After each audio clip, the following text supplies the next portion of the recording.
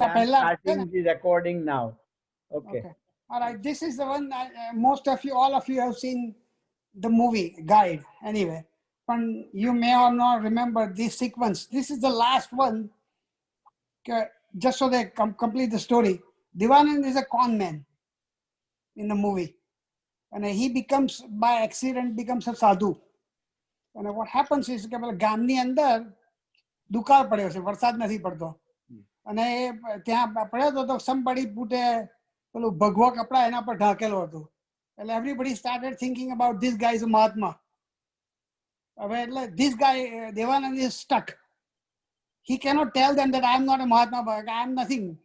I am just a con man running. But now he is pretending that he is Mahatma. The whole event is a dialogue between himself and his Atman. So like the dialogue is between Jivatman and Atman, or the body-mind intelligent complex and his Atman, how he gets enlightened and awakened. And this is the dialogue between those two. As beautifully done, Narayan wrote fantastic script. Well, I think it's worthwhile watching it so we can talk about some of these ideas. Okay. That will be nice. Yes. Raju.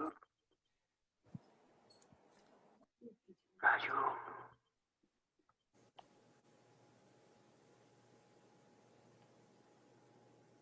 Raju. Raju, शराब में आप सब छुप जाते हैं, पत्थर को भगवान का रूप मान लिया जाता है। जिस जगह को देखकर परमात्मा की याद आए, वो तीर्थ कहलाता है। और जिस आदमी के दर्शन से परमात्मा में भक्ति जागे, वो महात्मा कहलाता है। तो अगर तेरे कारण ये पुराना मंदिर तीर्थ स्थान बन गया है, और हजारों हजारों आंखें ऊपर उठ रही है प्रकाश की ओर, तो फिर तुझे चिंता क्यों? सर झुका ले और शांत होकर बैठ जा।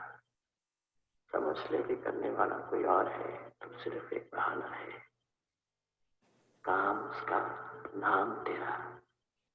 उसका नाम ले और जो सौंपा गया है उस काम को करता रहे, मेरी तरह,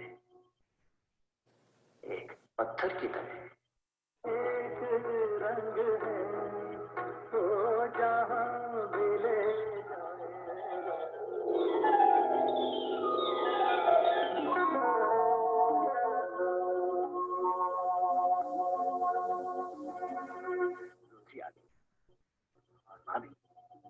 पानी ना बरसा तो क्या होगा?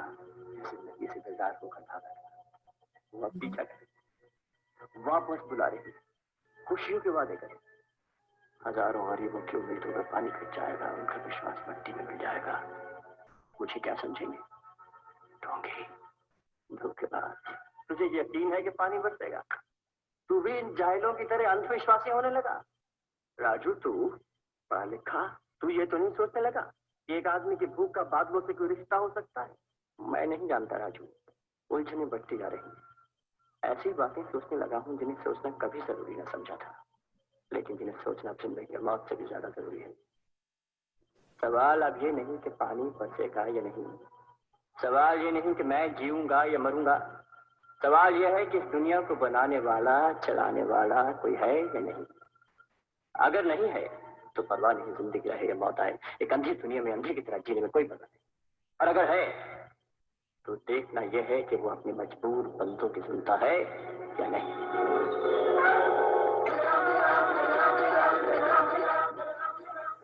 मेरे बच्चे, दुख से घबरा मत। दुख वो अमृत है जिससे पाप धुलते हैं। मैं तुझसे दूर नहीं, तेरे अंदर बाहर मैं ही मैं हूँ, सिर्फ मैं हूँ, सिर्फ मैं। प्रभु, आज मैं कितनी आजादी महसूस कर रहा हूँ। जिसम जैसी मांगे करना भूल गया, मन तड़पना तड़पाना भूल गया। जीवन आज जैसे मुट्ठी में है, मौत जैसे खेल है। अभी बेजान होकर तुझ पड़ूंगा, तब देखोगे। लगता है आज हर इच्छा पूरी होगी, पर मजा देखो, आज कोई इच्छा ही नहीं रही, कम से कम जीने की इच्छा तो ना जाने दो। जिंदगी पिघल कर प्रकाश बन गई और सच्चाई मेरा रूप है। तन रहे न रहे मैं रहूंगा। राजू, मुझे बता लो, मेरी सांस आग में फेंक दो, मैं चलूंगा नहीं। तलवार से वार करो, मैं कटूंगा नहीं। तुम अहंकार हो, तुमको मरना होगा। मैं आत्मा हूं, अमर हूं। मौत एक ख्याल है जैसे जिंदगी एक ख्याल है। न सुख है, न दुख है, न दीन है, न दुनिया, न इंसान, न भगवान। सिर्फ मैं, मैं, मैं, सिर्फ मैं, सिर्फ मैं। Good grammar and spelling are important, but if you want to write essays that inspire, messages that forge brighter connections, and emails that get the job done, you need to think about more than just grammar and spelling. This sentence is grammatically correct, but it's wordy and hard to read. It undermines the writer's message, and the word choice is bland. Grammarly's cutting-edge technology helps you craft compelling, understandable writing that makes an impact on your reader. Is not going? Much better. Grammarly works where you work, on your computer or your phone. Imagine what you could do with the secrets of the world's best writers at your fingertips. So, yeah. Yeah. Okay. Sorry about He that. wouldn't be able to close that video. It won't close Yeah, it. just nothing. Okay, Right, sorry. So, I thought that this was so beautifully done. It captures very essence of all the pathways and all the dialogue between Jivatman and Atman, how enlightenment works. I mean, few things that I thought will be important from the way I saw it. And I've seen this movie many times in the past, but until I started reading all this stuff, I had never realized the deeper aspect of all this conversation. And since then, I've watched it a dozen times. And I mean, I can tell you that Arkanarayan did a fantastic job in this 5-minute sequence. And few things that he brought up was, one thing he talks about, Mandir Batare hai. So he talks about, his dialogue says something like, how a tirth becomes a place, how a place becomes a tirth. You know,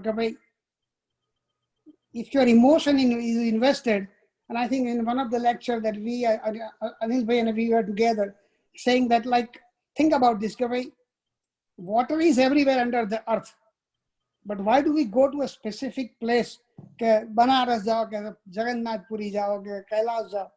So the example that is cited was this, is that if you dig the land anywhere, chances are good that you will find the water. But there are places where the water is deep and you will have to really go far, far down in the land. And there are places where the water is superficial. So just think about that. Tirth is a place where you essentially get to the point of water pretty quickly. So what he's saying here is basically how a place becomes a temple. It is all depends upon how much emotion you invested in the place. You know, that's why it becomes a place of worship. It doesn't matter whether you are outside the temple or inside the temple. It is a question of how you invest your energy into that place. The environment creates the temple.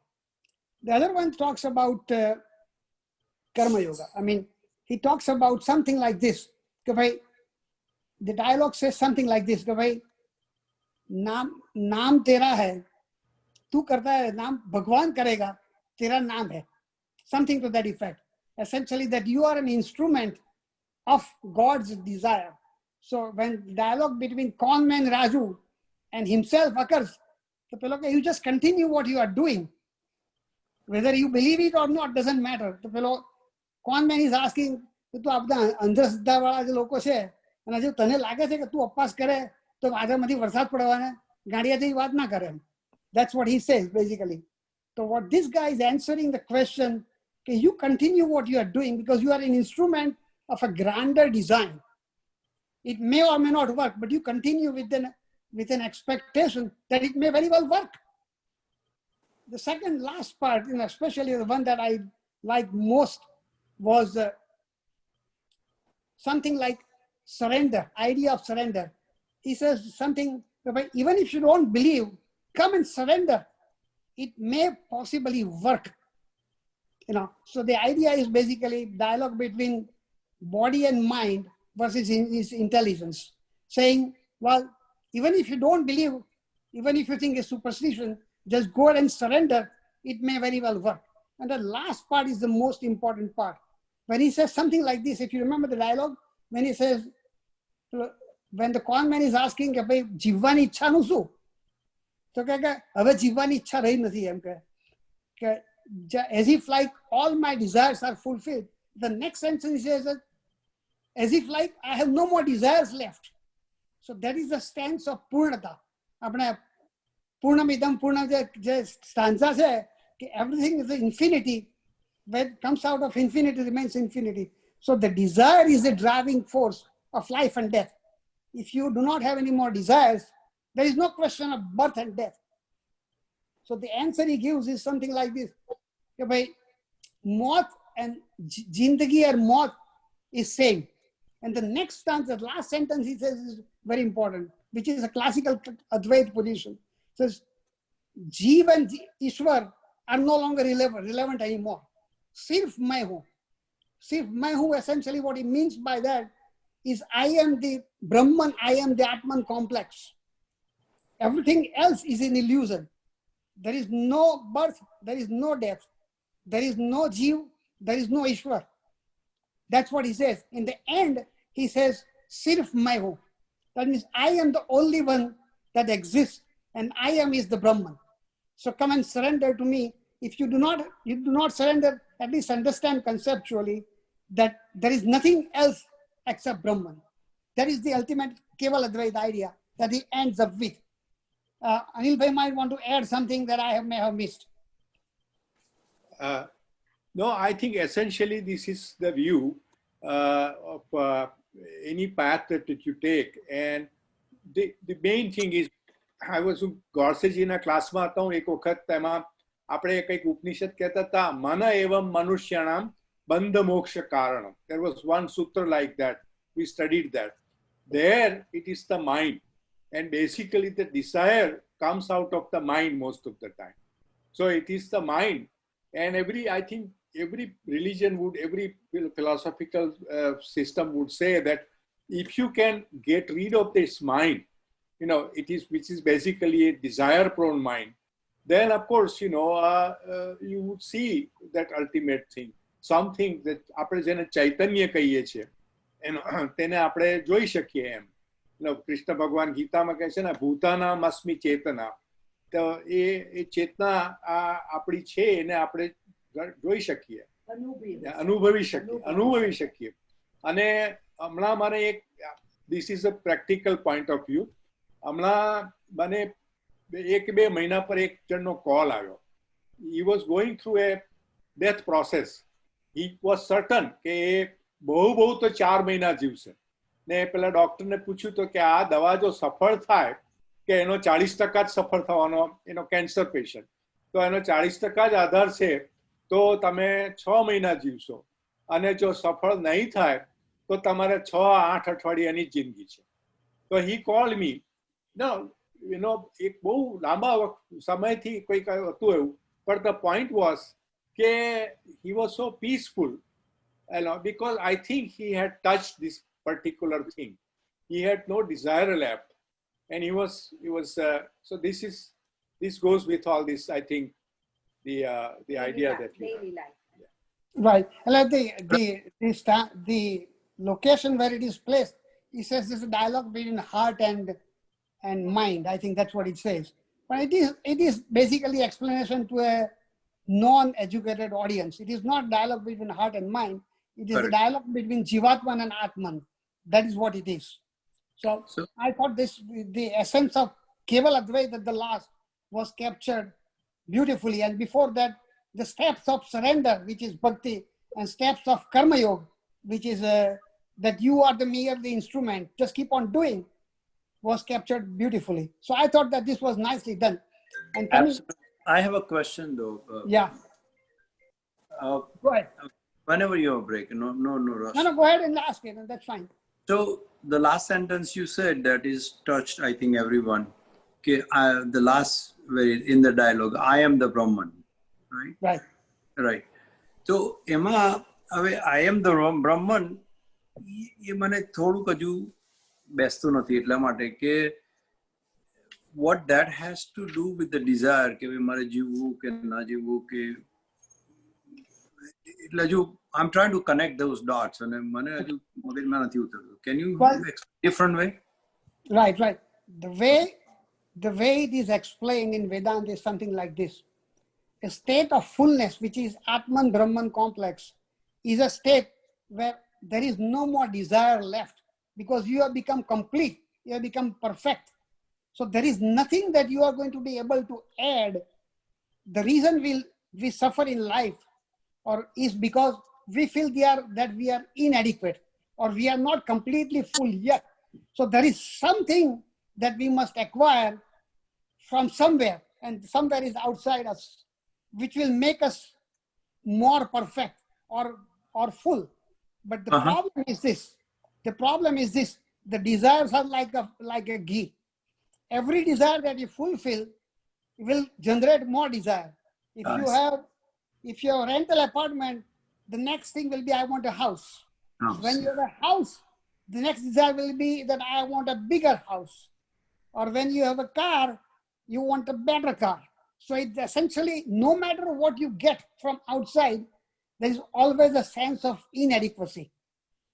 Okay. So the point is that you come to a state where your desires are completely fulfilled. He says something like this, as if like all my desires are fulfilled. And the next sentence he says, but ab to desire hi nahi rahi. Yeah. Essentially, I have completely made myself full. So there is nothing more that I am going to be able to gain to make me perfect. I already am perfect. So that is a Brahman stage, right? That is the Brahman stage. So you are Exactly. content. Right. So like bija dharma ko, I'm sorry. Go ahead. Yeah. Somebody was. No. Go. So bija dharma, like our lack of other knowledge, I'm just saying, like our તીર્થંકર ની વાત કરું જૈનમાં.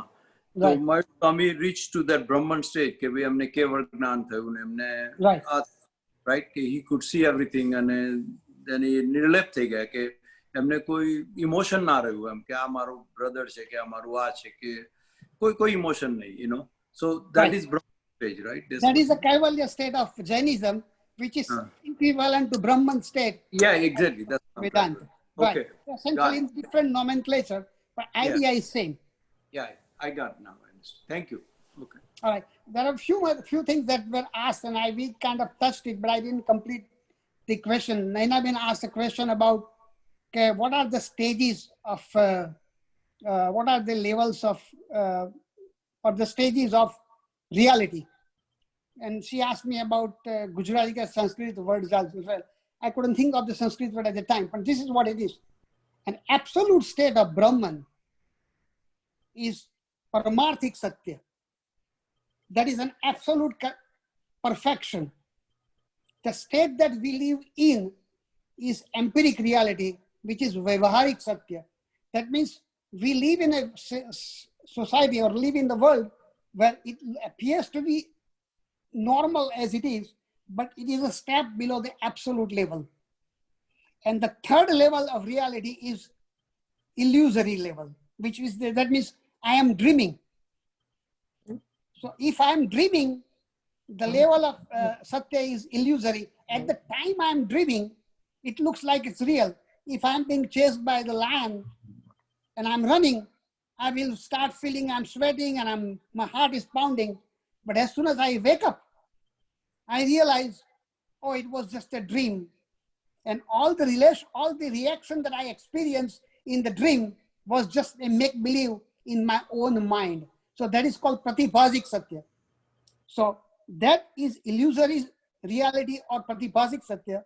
the reality that we live in is Vyavaharik or empiric reality. This is all Keval Advaita concept, Shankaracharya's version. And if we wake up from Vyavaharik Satya, what we wake up is Paramarthik Satya, where you realize that even the state that we lived in was also a relative reality. There is a dialogue in movie Matrix. The Matrix was a virtual reality movie. So dialogue goes something like this. How would you know that it was a dream if you never wake up from the dream? That's the question is asked. So right now, when we wake up from the dream, we realize that it was a dream. But the dream that we live in our life, we never wake up. So we never know that it is a dream. Did I get the point? Yeah, it's very interesting. So if, let's say, if I'm dreaming, I wake up. And as soon as I wake up, I realize, oh, this was just a dream. All this scary stuff was just make-believe stuff. It wasn't true. The dream that we live in our all life is a dream, or the life that we live is a dream of an absolute reality. So God has dreamt us to be living in this world in the empiric reality. So the guy who wakes up, gets enlightened, or becomes or Brahman state or Kaivalya state, is waking up from empiric reality to absolute reality. Am I making sense now? A lot of sense, to me at least. So the life that we live in is a transactional reality or empiric reality, according to Shankaracharya. So there is an ultimate reality which is called absolute reality or Paramarthik Satya, which none of us experienced yet. But few people do. And when they wake up in that state, they realize that the dream that they were living, the empiric reality they were living itself was a dream. Oh, I see. Okay. So that is called a state of jiva. Right. That state, according to Keval Advaita, is called Jivana Mukta. That means he is free while living in this body and mind. So just think about it. Something similar to, let me give you an example. Okay, when you go to a desert and you see the water in the desert, you chase after the water and you come to realize, oh, it's not water, it's mirage, right? Yeah. Yes. So an ignorant person who lives in the empiric reality will always think there is a water. He'll keep on going after that all his life, looking for the water. The enlightened individual will know that this is a mirage. He will see the mirage, but he will also know that this is a mirage. So there is no real water. It is just sand. So enlightened individual will know that what is perceived as water is nothing but the sun that is spreading on the sand, and it is an illusion. So he will experience the same thing, but he will know intellectually that this is just a mirage. And we do not. That is the distinction between Vyavaharik and Paramarthik reality, or empiric and absolute reality. So we live in a world of empiric reality as if it's an absolute reality. It is like something like this. We live in a world where we have not been told is the sun neither rises nor sets. We believe actually sun is rising in the east and sets in the west, but we have never learned that sun never rises and sets. So that is an absolute reality. So that is an answer to what Nainaben asked. I hope I made sense. Nainaben, તમે છો ને? She's on the phone with her sister. Oh, okay. Well, yeah. I mean, you may want to explain that, but if she, that is the answer that I would give in terms of Keval Advaita explanation. Yeah. There was another question about, Dinesh Bhai asked me a question on Wednesday about Bhakti and Gnan. And I thought I want to answer that question before we go forward. Just think about it. The difference between Bhakti and Gnan is something like this. Oh, bhakti karna. Both pathways realize is that I am not body, I am not the mind.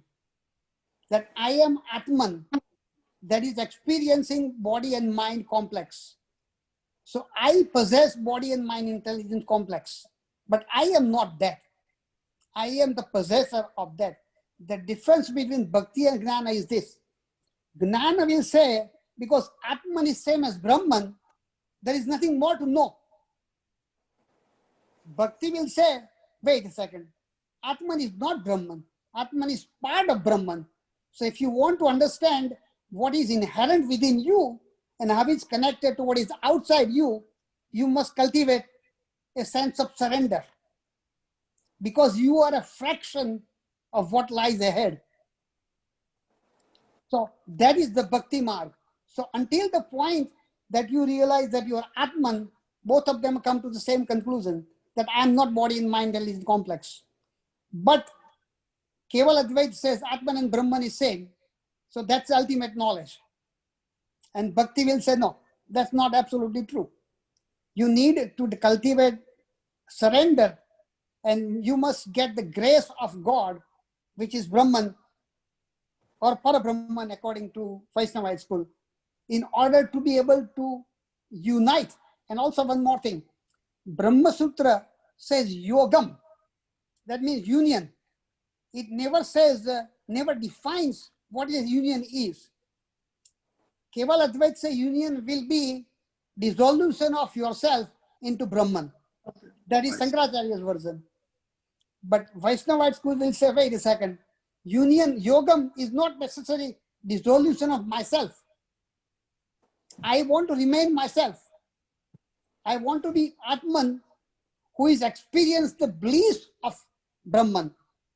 I am not necessarily dying to be dissolved into Brahman. So that is the difference. And second part, just think about it. Example? Example will be, that's the part I'm coming. Bhakta says, I want to be able to test the Brahman. And Gnani will say, I want to be the Brahman becoming a sugar candy itself. So Bhakta wants to taste the candy and Gnani wants to be the candy itself. That is the difference. And second part will be, and Smita asked me a question, I forgot what I was going to say, but that's fine. It'll probably come back to me. I was just trying to distinguish bhakti and gnana per conception. So the point I'm making is this. Vaishnavite will believe yogam, yoga means union, is not necessarily dissolution. Nor it's a union without losing your own personal identity per se. And oh yeah, one more thing. Bhakta will say the moksha is experiencing the bliss of being close to God. That is the moksha. That is the ultimate outcome. When you reach a point of reaching Vaikuntha, according to Vaishnava school, you come in the close proximity of God, Krishna, if you believe in Krishna. And that is the ultimate moksha. It is not that I want to be Krishna himself. I want to experience the bliss of being close to Krishna. That is the ultimate moksha. And since Keval Advaita says, Krishna is nothing but an illusion of Maya, in order to be experiencing and going beyond Maya, you must dissolve yourself into Nirgun Brahman. Asmita has a question. Yeah. Mirabai would be the example for that, because she was in the Bhakti Marg, right? Right. And then finally she became one with Krishna, or whatever the ultimate word into. Okay. Right. The one with Krishna is a question of whether it's union or dissolution. That's a big difference. So, are you uniting with Krishna or you are dissolving into Krishna? Both of them have same wording, but the concept is different. Yeah. So Bhakta wants to experience the proximity of Krishna. The Gnani wants to be the Brahman itself. And let me go a little bit further so that I can complete this specific idea. Just think about it. If you draw a triangle and put Sagun Brahman, Nirgun Brahman, and Maya within the triangle, just think about it. Beyond the triangle lies a circle. The triangle is within the circle, and that circle is called Akshar Brahman. And beyond the circle is Krishna, according to Vaishnavite school. So Krishna is the controller from which Akshar Brahman begins to move and creates Krishna, the man Krishna, or the Ram, or whoever the God is, and creates you and me and the world within that triangle. So that there is a circle over the triangle, which is called Akshar Brahman, which will be similar to Brahman of Shankara. But what Vaishnavite school will say, beyond the circle is a man named Krishna or Vishnu, who controls the Akshar Brahman from which everything emerges. So that is the distinction. The ultimate in Vaishnavite school will be an individual, either Vishnu or Krishna, or in Shaivite school it will be Param Shiva or some god. No. So ultimately they will be the ones who will be controlling the Brahman from which everything has come into existence. So when Krishna says in Gita that everything emerges from me, is sustained and merges into me, what he is saying that I am that man, I am that entity from everything came. Vaishnavite school will say that. The Kevalite Advaita school will not accept that, because it says ultimate reality is Nirgun Brahman, or Akshar Brahman is the ultimate reality. They don't use the word Akshar Brahman, but that is the idea. And Vallabhacharya will argue is that Krishna, the man, is equal to Parabrahman. So Parabrahman controls the Akshar Brahman, and Akshar Brahman from which everything has emerged. That is the idea. I mean, you can argue endlessly. Nobody knows exactly who is right and wrong, but that's the concept. So yeah, go ahead. So Parabrahman and Krishna, Vaishnavite says Krishna, Vallabhacharya will say Parabrahman. And either way, yeah. Krishna is a Parabrahman. Two schools will say, Vaishnava base school, Achintya Bhed and Apadi school, Pusti Marg, will say Krishna is the ultimate. Okay. And three other Vaishnava school will say Vishnu is the ultimate. Okay, but there is some entity which is beyond the Brahman. Precisely. While Shankara would stop at Brahman. So there is one more level in the ascending order. There is Shankara will stop at Brahman level, and Vaishnavites or the Vaishnav or will have one more level above. Precisely right. Brahman level from Shankara will be a Nirgun state, a formless entity. And there will be a step beyond, which is with form, in the form of Krishna or Vishnu. Vishnu. Okay. Right. So that will be a key difference. So when we believe that ultimately we pray to Krishna, the idea is because Krishna is a person, I cannot dissolve myself into Krishna. There is no question of dissolving into Krishna. Only I can experience the bliss of Gopi or mother or whatever you want to be, Krishna to be. If you want Krishna to be a child, then you become a father or mother. If you want Krishna to be a friend, then you become Sakya. If you want Krishna to be the father, you become the son. Or you want to be Madhur Bhakti, then you become the Gopi. But that's a Bhakti mark, correct? That's a Bhakti mark, right. Right. So according to Vaishnavites in general, you can never be the candy. You can only taste the candy. Taste the candy, right. You experience the bliss of candy, but not become the candy. While Shankara says, you become the candy. You are the candy. You are the candy. You just don't know that you are a candy. Right, you are the candy.